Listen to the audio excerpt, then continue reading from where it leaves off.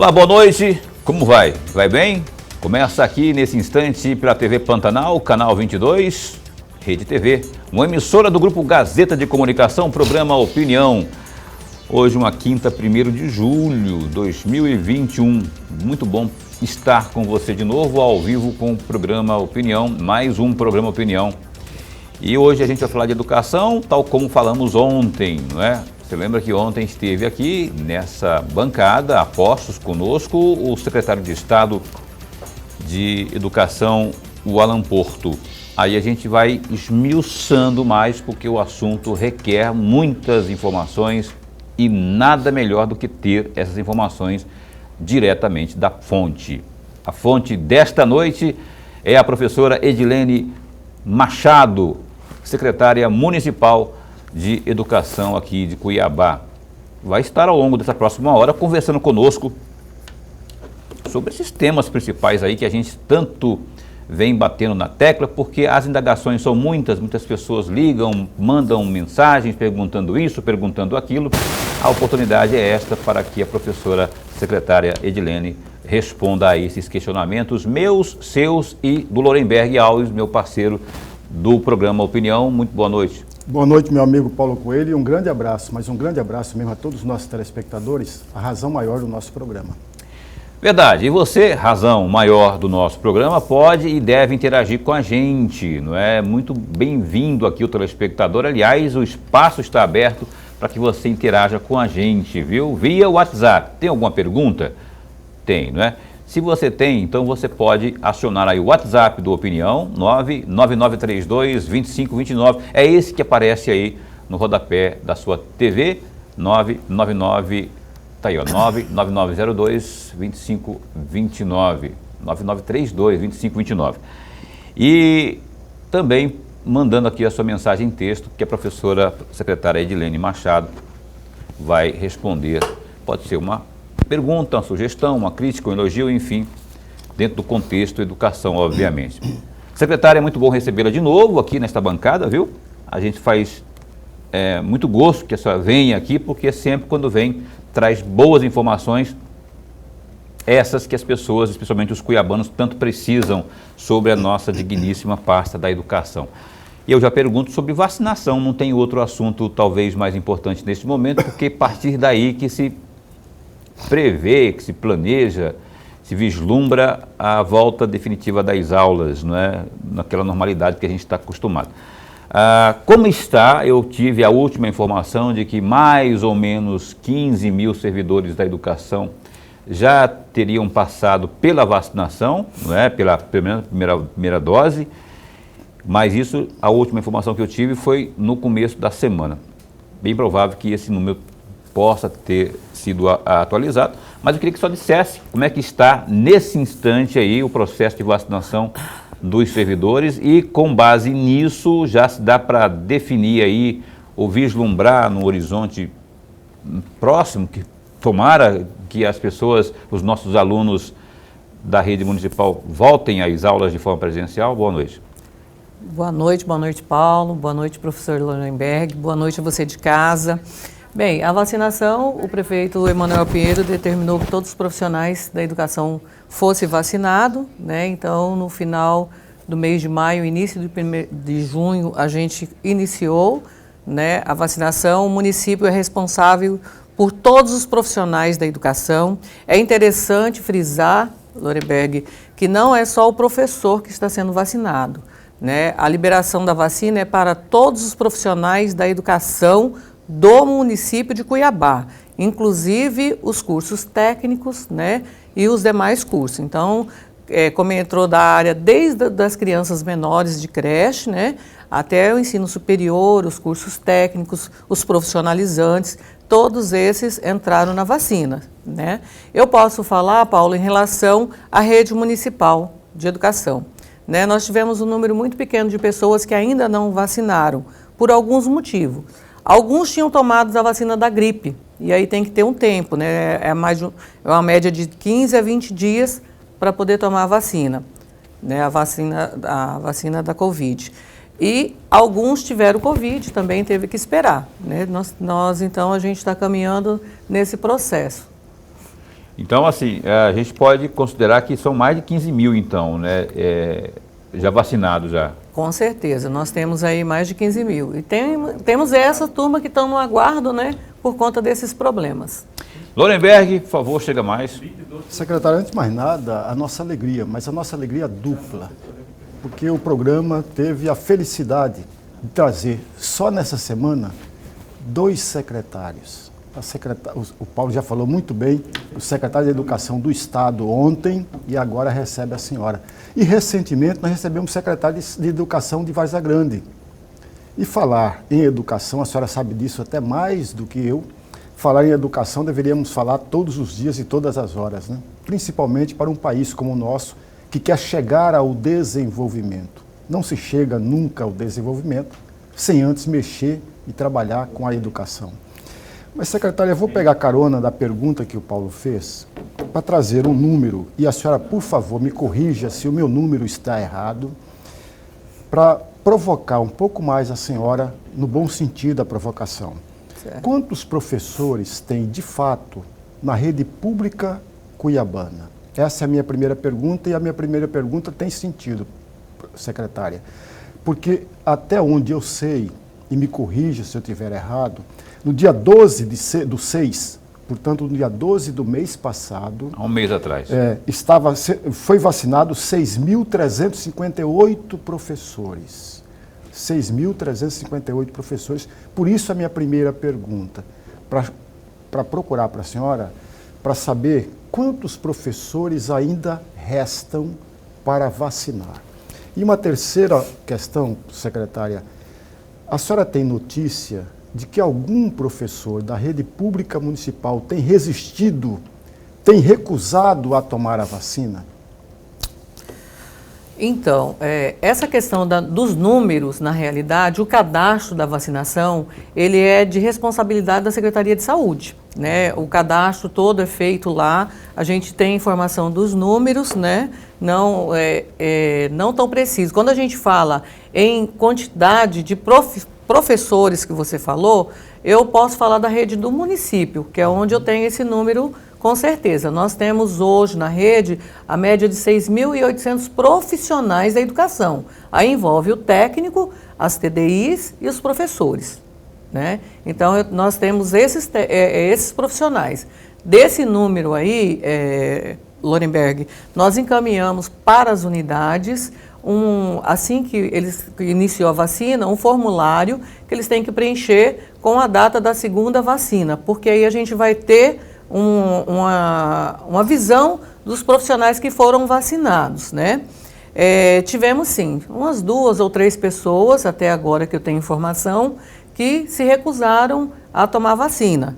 Então, o procedimento da Secretaria Municipal de Educação foi nós criamos um termo de recusa, né, com a nossa assessoria jurídica, pedimos o respaldo da PGM. Então, o profissional que se recusar a tomar a vacina, ele tem que assinar esse termo de recusa. Mas significa punição para ele? Isso aí a gente tem que ver no futuro, né? Porque, assim, nesse momento, a gente tem que saber só o motivo da não vacinação, né? Ainda não chegou esses números, esses dados para nós, que é até amanhã, né? Até sexta-feira, todas as unidades deverão entregar para a gente. Aí a gente teria uma informação melhor. Porque, assim, a gente está na democracia, mas, assim, eu penso também, não existe mais, mas nós estamos na democracia, ponto. Agora, tem as pessoas que podem recusar, devido à liberdade e tudo mais. Só que se isso comprometer uma coletividade... Saúde coletiva, Paulo. E está, inclusive, na Constituição, aí cabem as providências. Agora, a minha preocupação é que providências seriam essas, né? Porque a punição, se ela vier, a pessoa punida, ela pode, inclusive, entrar com esse argumento. Peraí, eu não tenho essa obrigação. É isso. Por isso que a assessoria jurídica, o prefeito se preocupou muito com isso, né? Nós temos a nossa PGM que está discutindo, né? Já tivemos informações de alguns estados, do formato que eles tiveram. O que a gente sabe, o que eu sei que a saúde me colocou, é que o ambiente onde todos estão imunizados, a gente não vai poder receber quem ainda não está imunizado. Ponto. Daí para frente a gente não sabe, né, que é a assessoria jurídica, a PGM, que vai fazer o estudo e ver de que forma que isso vai acontecer. E a gente tem informação que isso ocorre aqui no município de Cuiabá, lá em Várzea Grande também, tem informações que na rede estadual o sujeito, no caso específico da educação aí, né, o servidor da educação, é como se fosse no supermercado, vai escolher a marca que ele quer. Eu não quero essa, eu quero aquela, eu quero... E aí fica aquela coisa toda, né, de não tomar porque aquela que é ofertada pelo município, pelo poder público, acaba não sendo aquela que faz o juízo, que convença aí o profissional e ele deixa de tomar. E ao deixar de tomar a vacina, ele acaba comprometendo de forma direta ou indireta a coletividade, né? Porque ele vai ser um dos poucos daquele grupo que já foi vacinado. Estou certo ou estou com a razão? Corretíssimo, meu amigo Paulo. Eu assino embaixo tudo que você falou. E aí me causa estranheza, secretária, e a senhora é professora tanto quanto eu, e me corrija, talvez eu esteja equivocado, me causa estranheza um professor que é tido como exemplo para uma comunidade por inteira recusar a vacinar. Olha o exemplo que ele está dando. Me corrija, professora, porque nós estamos atendendo ao nosso amigo telespectador, eu posso estar equivocado. Eu concordo com você. Nós somos formadores de opinião, né, Lorenberg? Você também é professor e eu não sei, pode ser até por motivos de religião, né, ou ideologia, mas eu acredito que o professor, nós professores, que somos os únicos que têm o poder de mudar através do ensino a nossa história, né? Nós temos sim o poder de persuadir a toda a comunidade escolar, pais, alunos futuramente para que sejam vacinados. Então nós temos que ser o primeiro a vacinar, né, e orientar a que todos vacinem. Essa é a minha opinião. A senhora já se vacinou? A primeira. A primeira, a né? Primeira dose. A segunda, se a senhora dissesse que não, aí o Lorenberg ia ter que concordar com o que ele falou. Não. Tem que dar exemplo. Eu né? esperei e não escolhi, tá? Eu cheguei, a vacina que tem, isso que foi falado por você, Paulo, é muito sério. As pessoas têm que lembrar, se todas as vacinas foram liberadas pela Anvisa, todas têm uma imunização. Passaram pelo crivo. Então, a pessoa tem que aceitar. Escolher vacina é voltar atrás, né, do processo. Verdade. Estamos conversando aqui ao vivo com a Edilene Machado, secretária municipal de Educação aqui em Cuiabá. Eu quero falar ainda a propósito da pandemia, não é? Esses alunos da rede municipal aqui de Cuiabá, quanto à merenda escolar, não é? E como não estão frequentando fisicamente as escolas, não é? Como que está sendo feita essa oferta da merenda escolar especialmente para os carentes, né? A maioria. É isso. Isso, Paulo, foi uma determinação do prefeito Emanuel Pinheiro lá em março do ano passado, né, que a gente criasse um formato de entregar essa merenda para o aluno. Então, nós criamos o kit alimentação. Então, o ano passado, até novembro, nós entregamos para 18 mil alunos, né, o kit contendo os itens, são 7 itens, in natura, são produtos não perecíveis, né? O mês de dezembro, nós entregamos para os mais de 53 mil alunos, 100% dos alunos, inclusive com proteínas, né, e vitaminas, que são as frutas. E agora, no mês de março, que a gente começou, nós começamos com os 18 mil, abrimos um cadastro, porque nós recebemos muita informação que muitos pais de alunos estão sem emprego, as crianças estavam passando necessidade, e aí nós abrimos um cadastro, o primeiro cadastro, lá em maio, e cadastramos mais 9.200 alunos, porque o nosso kit não é para a família, o nosso kit é para o aluno, é aquela merenda que a criança iria consumir durante o mês lá na escola, né? Então a gente aumentou aí mais 9.200, deram 27.200, e este mês a gente abriu novamente o cadastro, porque a gente sabe da dificuldade que ainda existe, e ainda tivemos aí mais 1.916 alunos.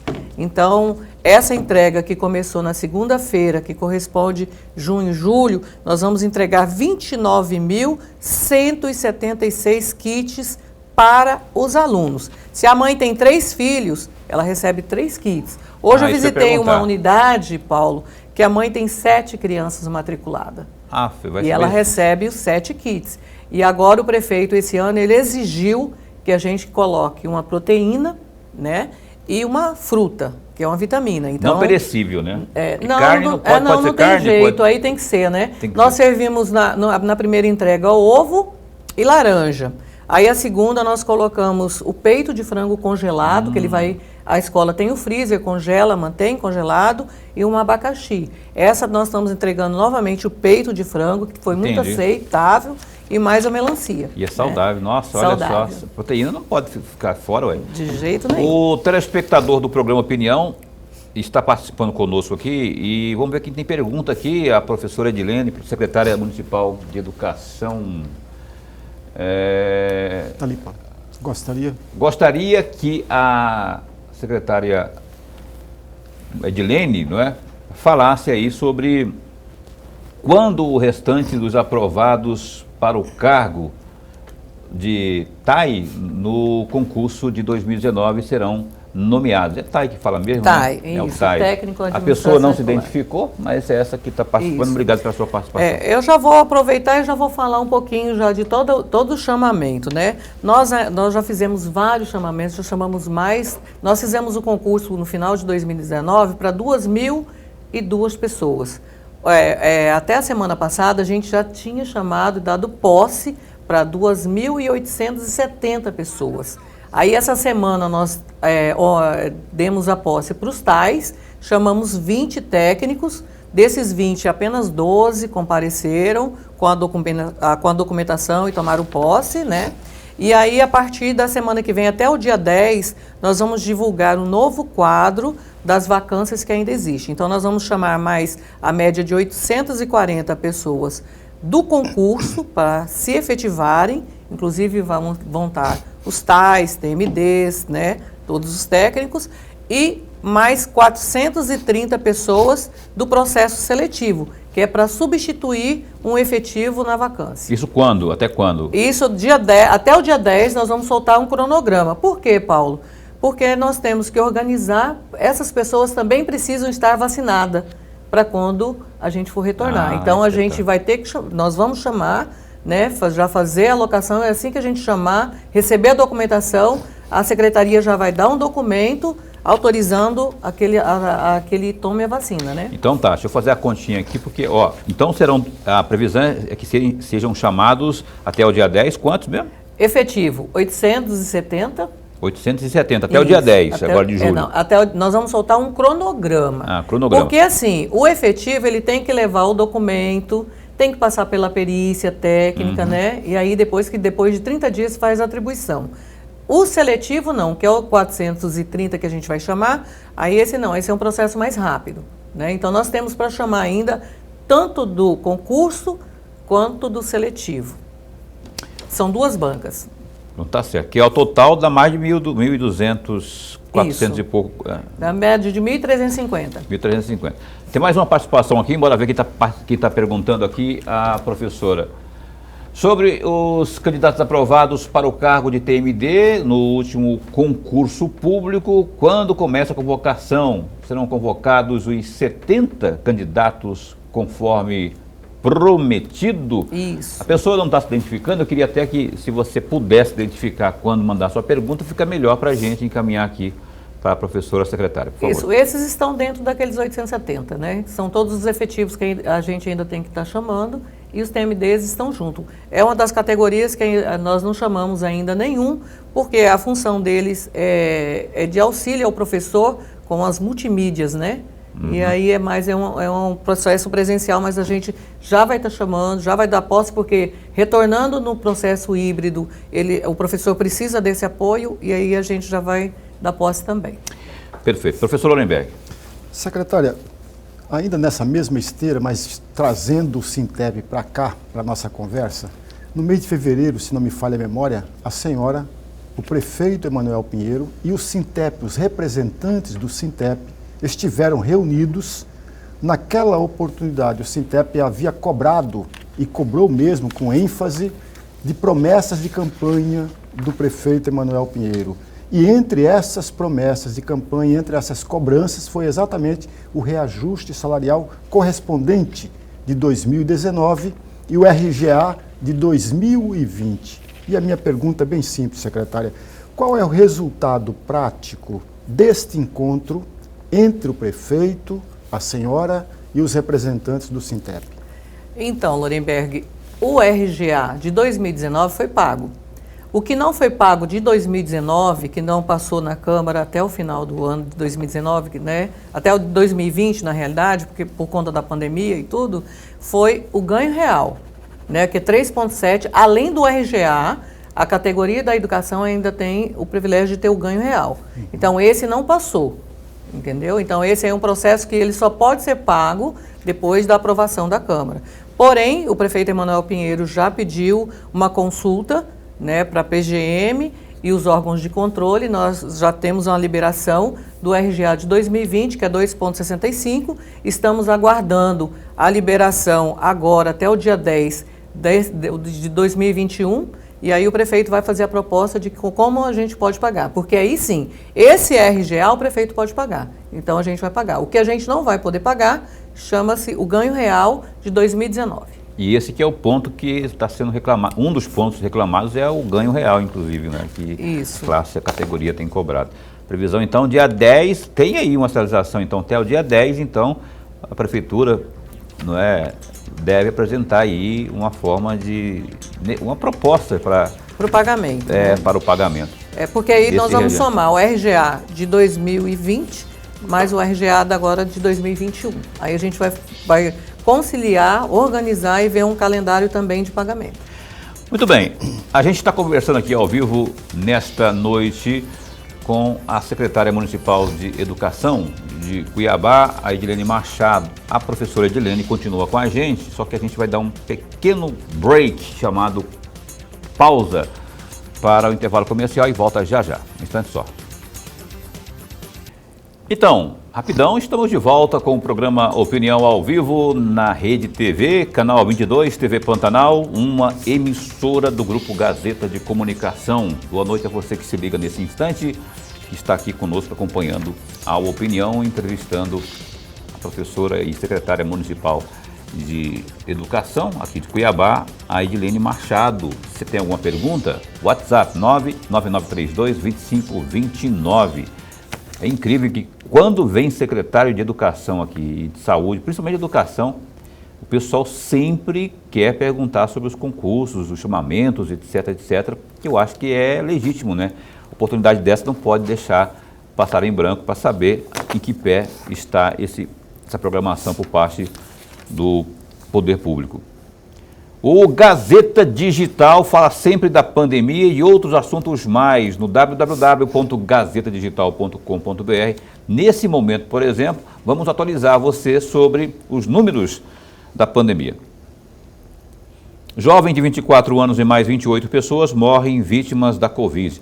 A Secretaria de Estado de Saúde, a SES, notificou a morte de uma jovem de 24 anos da cidade de Terra Nova do Norte, que fica a 675 quilômetros ao norte de Cuiabá, e ainda outras 28 pessoas pela Covid-19 nas últimas 24 horas. Dados divulgados no boletim epidemiológico desta quinta, dia 1º, mostram que Mato Grosso registrou até o momento 453.769 contágios, dos quais em 430.601 casos as pessoas infectadas se recuperaram do vírus. Contudo, 12.050 mortes foram notificadas pela pasta. E, paralelamente, outras 9.606 pessoas seguem em isolamento domiciliar, tratando as complicações da Covid-19. Segundo a pasta, a taxa de ocupação em unidades de terapia intensiva, as UTIs, é de 73,07%, enquanto o mesmo índice para enfermarias está na casa dos 32%. É isso aí, só acessar aí no www.gazetadigital.com.br e se atualizar não só sobre esses assuntos da pandemia, mas também economia, política, que mais? Polícia, esportes, não é? O Flamengo, por exemplo, que é o melhor time que existe no mundo, está jogando nesse momento com outro que é melhor do que o Flamengo, que é o Cuiabá. O Flamengo está jogando contra o Cuiabá aqui na Arena, agora nessa noite, e eu estou torcendo para o Cuiabá, viu, Lorenberg? E você? Cuiabá. Cuiabá, né? Agora, se fosse o meu Santos, eu torceria para o meu time. Não acredito nisso, não. Quando o Santos vier aqui, eu vou fazer pressão psicológica aqui. Não pode, o Cuiabázão precisando de nós, vamos estar fazendo força. O Flamengo se recupera depois, se perder hoje. A senhora torce para quem? É o Flamengo. O Flamengo, né? Mas aqui é Cuiabá. Aqui é Cuiabá, né? Cuiabá. Eu e a professora aqui estamos torcendo para o Cuiabá. Somos flamenguistas, mas vamos torcer para o Cuiabá, nosso querido Cuiabá, se reabilitar nesse Brasileirão da Série A. Surpreendeu bastante, né? Surpreendeu, mas começou engatinhando nesse Brasileirão aí, mas né? vai ter condições. O que me deixa mais feliz é que o Grêmio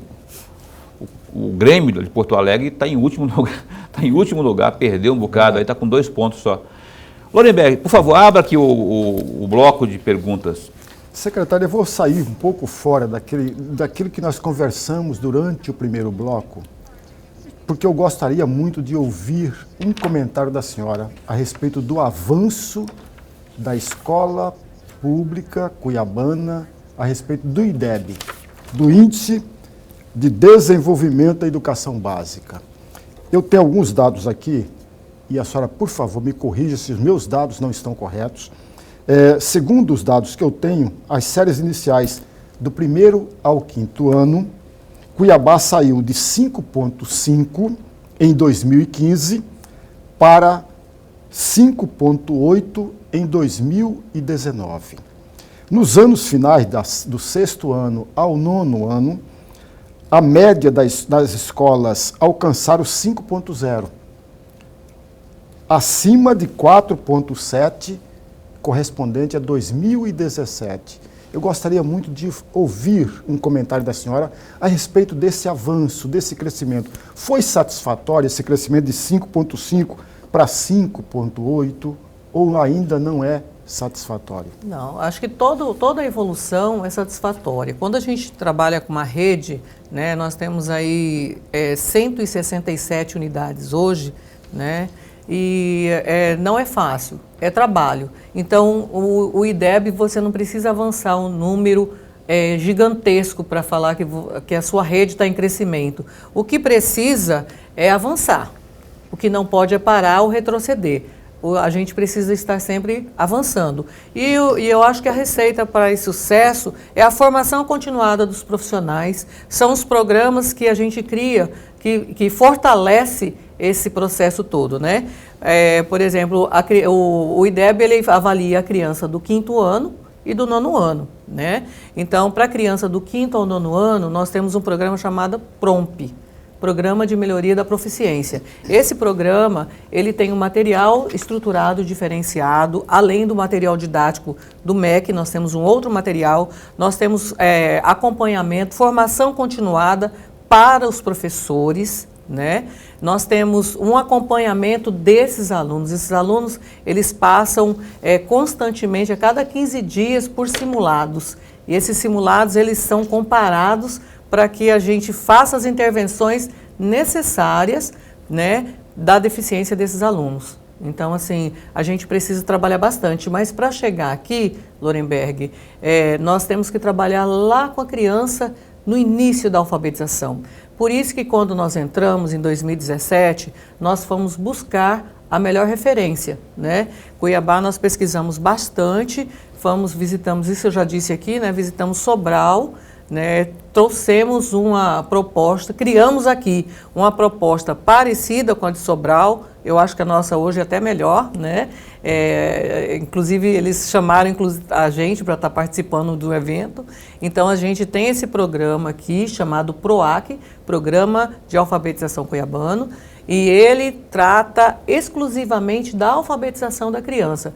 Também tem um material estruturado com a categoria das melhores do país, com a formação continuada para o professor e com a avaliação também quinzenal do aluno. O aluno ele precisa de ser monitorado, mesmo que virtualmente nós estamos fazendo isso. Por quê? Porque nós precisamos saber o que intervir nessa aprendizagem desse aluno e muito mais. O que a gente precisa melhorar na formação do professor. Porque uma coisa é aliada à outra. Você não tem como melhorar a qualidade de ensino lá para o aluno se você não fizer uma formação para o profissional da educação, né? Então, a gente trabalha tanto para o professor de sala, como o professor de educação física, o professor de artes, né? Todos os profissionais da educação. Eu estou errado se eu disser que a alfabetização dessas crianças aí, nesses tempos pandêmicos, foi altamente prejudicada? Porque se você presencial já enfrenta uma série de desafios para alfabetizar nossas crianças, imagina com essa questão do virtual aí, não é? Como é que está sendo tratada essa questão da distância e da tecnologia? Você me fez essa pergunta da outra vez que eu estive aqui, Paulo. Nós não podemos levar em consideração um diagnóstico quando você está tendo aula presencial todos os dias. Nós estamos num processo diferente, né? Nós estamos num processo virtual. Nós temos que levar em consideração essa nova atuação do aluno. O aluno depende muito da família, né? Aquela criança que não tem a internet em casa para acompanhar nos grupos com os professores, né?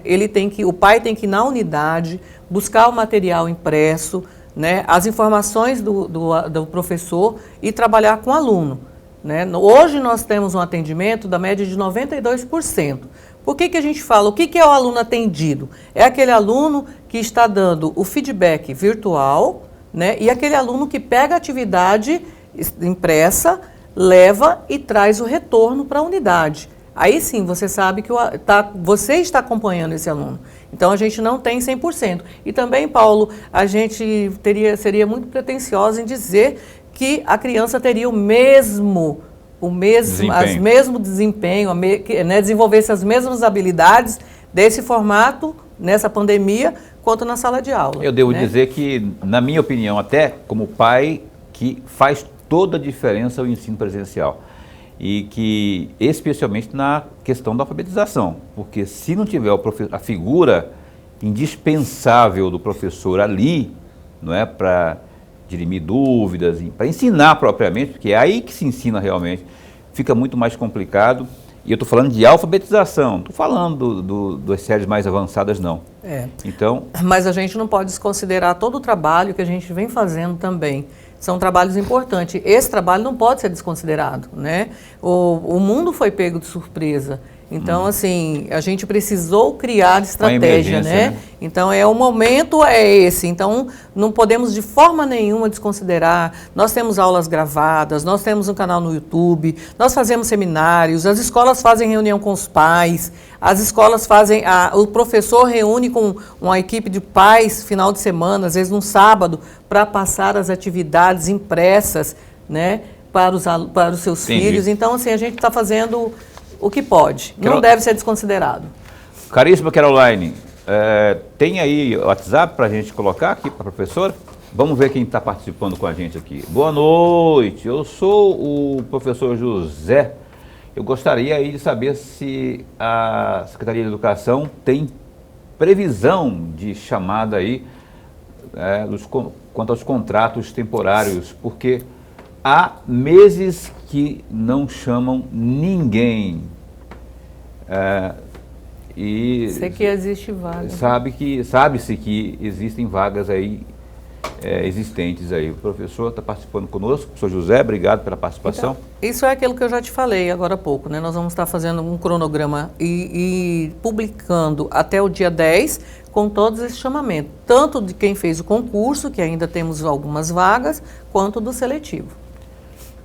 E aí, tem mais participação? Bora, se tivesse, me avisa aqui. Vamos embora ver então, participando aqui. Eu sou o Denilson, gostaria de saber da secretária Edilene quando irá abrir novas turmas do funcionário. Tem muita gente aguardando aí ansiosamente. Denilson, obrigado. Denilson, inclusive hoje na reunião com os secretários a gente conversou bastante e eu expliquei. Sempre, quem tem o poder de certificar o profissionário é o IFMT, tinha, né, porque era um convênio com o governo federal. Com essas alterações, nós gostaríamos muito que continuasse, então nós mandamos uma proposta, o valor veio muito alto, né, e a gente pediu uma contraproposta deles. Porém, a Secretaria de Educação, lá em 2010, 2011, realizou o pró-funcionário por conta própria, né? E assim, de uma forma ou de outra, ele vai acontecer no segundo semestre, ou com a parceria do IF, ou com o recurso próprio da SME. Lorenberg, cabe um aí antes do intervalo. Mas muito rapidamente, secretária, a senhora fez referência agora há pouco e com toda a força a respeito do exemplo de Sobral, portanto do Ceará. Ontem nós recebemos o secretário de Educação do Estado, também fez a mesma referência Sobral e o Ceará. E a minha pergunta é exatamente esta. De fato, Sobral hoje é exemplo para o país todo ou não é tanto assim, porque Cuiabá poderia estar deslanchando no quesito educação sem ter o exemplo de Sobral?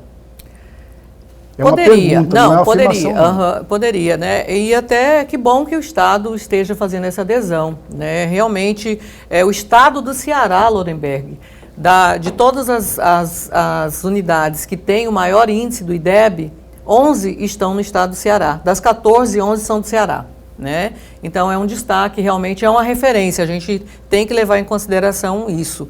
Então, quando a gente fez todo esse estudo e eu estive 2 vezes em Sobral, nossa equipe foi em 2018 que nós estivemos lá. Sobral não tem muita coisa mais do que Cuiabá, aliás, tem muito menos. Aqui nós temos o professor de sala referência, né, o professor de sala de aula, nós temos o professor de apoio, nós temos o professor de educação física e artes. A partir de 4 anos de idade, a criança já tem esse acompanhamento, lá não existe isso. Aqui todos, 70% dos nossos profissionais são, aliás, seria para ser 100%, porém a gente tem a ter o seletivo, que são aqueles que substituem o seletivo para substituir o efetivo, né? Então, na realidade, nós existimos um concurso, nós temos uma lei de gestão democrática, né? Então, assim, nós temos muito mais para estar até à frente. Mas eles, com todas as dificuldades que o Nordeste tem, eles avançaram bastante graças a um secretário, o Júlio, foi secretário há muito tempo lá, inclusive ele é um dos assessores nossos e vai estar também com a gente agora na implantação da nossa nova formação de gestores, né? Então, assim, Sobral é uma referência, sim. Né? Inclusive o MEC, né? A Secretaria de Alfabetização, eles estão trabalhando com Sobral. Sobral trabalha muita gestão do tempo. O aluno ele tem que entrar na sala de aula, ele tem que ter o tempo. Né? O professor não pode demorar 15 minutos para entrar depois do aluno. Então, essas diversas coisas, por isso se tornou referência. Concordo, eu acho que tem que ser absorvido cada vez mais pelos municípios, porque aqui está dando certo. E olha só, de 14, 11... estão no estado do Ceará. Estão no Ceará. Você vê a diferença quando se aplica aquela que é a melhor metodologia. O Opinião está entrevistando aqui Edilene Machado, secretária municipal de Educação aqui de Cuiabá. A gente tem mais perguntas aqui, mas vamos para mais um break comercial e assim que voltarmos tem ao atendimento à sua pergunta no Opinião ao vivo. Um instante só. E o programa Opinião está de volta ao vivo na sua TV Pantanal com Edilene Machado, secretária municipal de Educação. Rapaz, nós de ver que no bloco anterior, quando a gente voltou do intervalo comercial, agarrei na conversa aqui, a gente vai ficando velho, vai perdendo, assim, esquecendo as coisas. Eu esqueci de falar aqui do Hemocentro, que é uma outra notícia que consta aí do www.gazeta digital. A Caroline aqui já me deu uma dura aqui no ponto e já viu, né? E eu faço questão porque é algo muito importante. O MT Hemocentro divulga o cronograma de campanhas de doação para o mês de julho. O Banco de Sangue retoma o serviço externo de coleta de sangue por meio da equipe técnica que compõe o Hemobus e dá continuidade aí às ações na sede da unidade aqui na cidade de Cuiabá. Neste sábado, por exemplo, dia 3, o Banco de Sangue Público bancos de sangue públicos do país realizarão uma campanha nacional de coleta. Em Mato Grosso, o MT Hemocentro realizará coleta excepcionalmente das 7h30 da manhã ao meio-dia.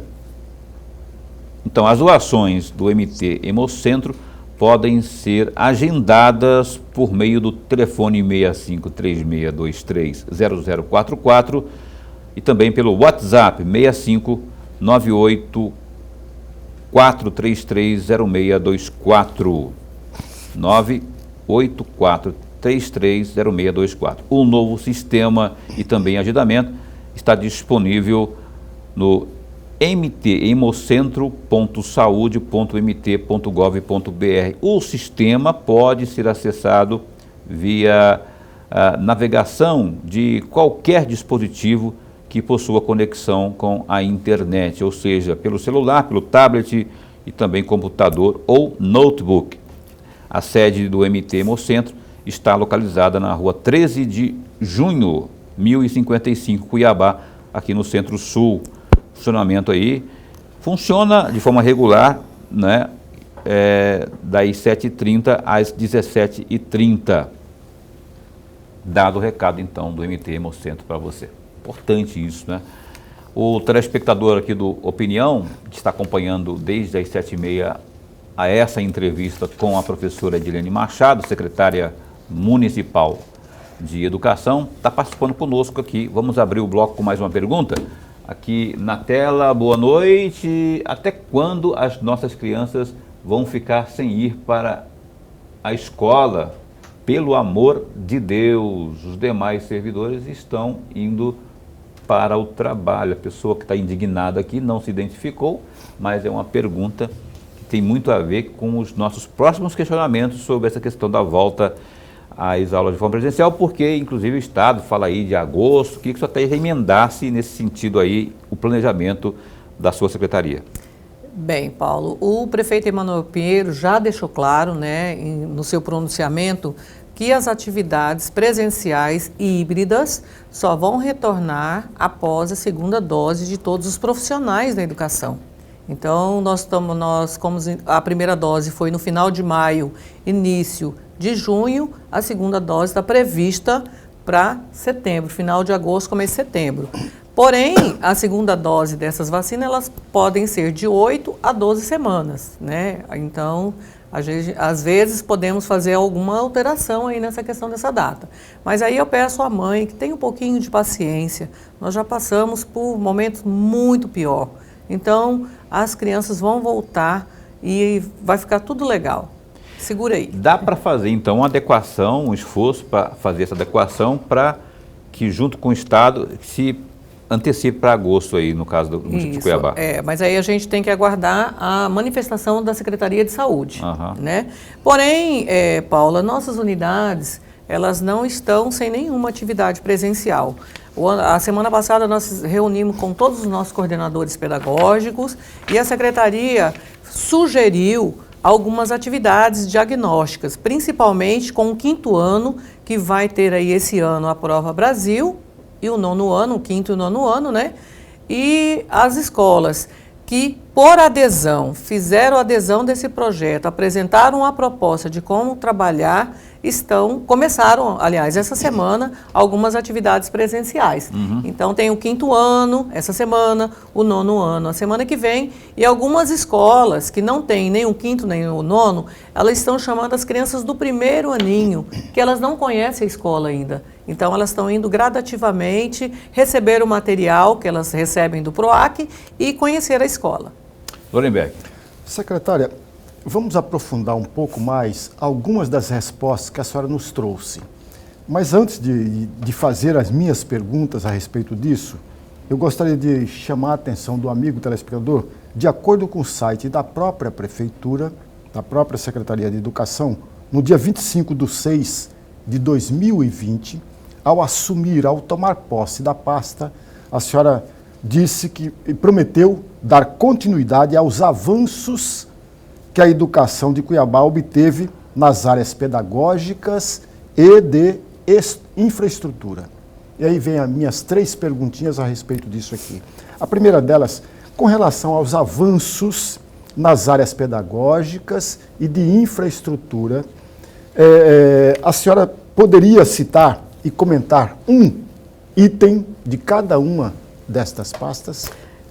No pedagógico, nós criamos aí durante a pandemia o @portal Escola Cuiabana, né, onde todo um processo de trabalho virtual, né, e não presencial está acontecendo. Então, a Secretaria de Educação, ela tornou-se um núcleo e as escolas, as unidades educacionais, que têm as creches, os CMEIs, né, tornaram-se o polo. Então, a Secretaria organiza e as unidades encaminham para os alunos. Então, nós criamos esse circuito. Avançou bastante, porque aí nós tivemos a TV, né, que nós estamos voltando.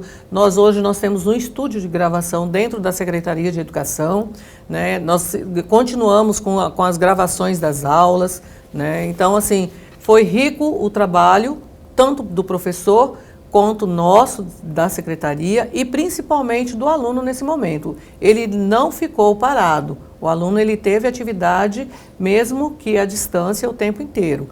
Não posso dizer às vezes, como o Paulo falou, nessa questão da produção, isso aí a gente vai ver nos diagnósticos finais, né?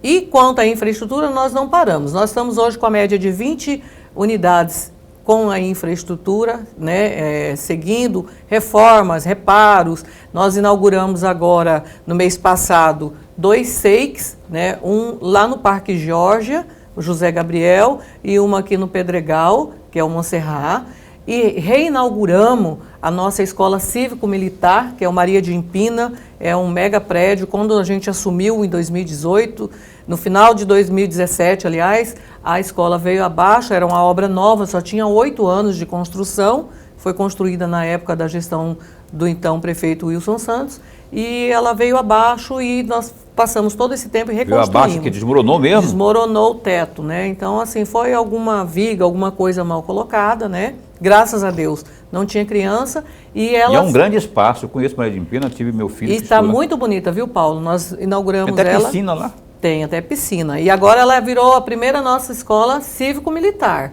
né? Então, a gente está trabalhando de um formato bem melhor, né? É uma atividade diferente, né? Alguns aderem, outros são contra, né, Lorenberg, a escola cívico-militar, mas eu acho que na questão da disciplina é um diferencial. Que é outra hipocrisia que eu acho, tal como é a situação lá do Ceará. Se está dando certo, por que não se absorve a educação lá do Ceará? Ah, porque está ligada ao Ciro, ao PDT, não importa, está dando certo, vamos botar em prática o negócio. Aí tem aqui esse exemplo que a escola militar funciona, tá aí, estão aí os números que mostram isso e comprovam isso. Ah, porque isso, porque aquilo, eu não entendo essas coisas todas. Mas, enfim, uma parceria aí entre a sua secretaria, professora Edilene, com o pessoal lá do Pomeri, pretende aí beneficiar, não é, uma série de chamados reeducandos, né, o pessoal que está, os internados, não é reeducandos, internados lá do sistema socioeducativo, tanto masculino como feminino. O que você queria que nessa reta final aqui a senhora falasse sobre isso? Nós temos a EJA, né? A EJA é um projeto diferenciado que trabalha com os reeducandos, né? E essa é já uma parceria antiga. E agora nós fizemos a doação de uns livros, né? Alguns títulos. Nós temos na rede municipal hoje 131 unidades nossa, tem a biblioteca, tanto na escola como nós temos 7 bibliotecas chamadas Saber com Sabor, são bibliotecas municipais comunitárias que atendem as comunidades, né? E aí a gente tinha o material e nós fizemos a doação para enriquecer ainda mais o trabalho dos profissionais que trabalham com os reeducandos. Lorenberg. Secretária, a senhora falou agora há pouco das aulas à distância. E a minha pergunta é exatamente nisso.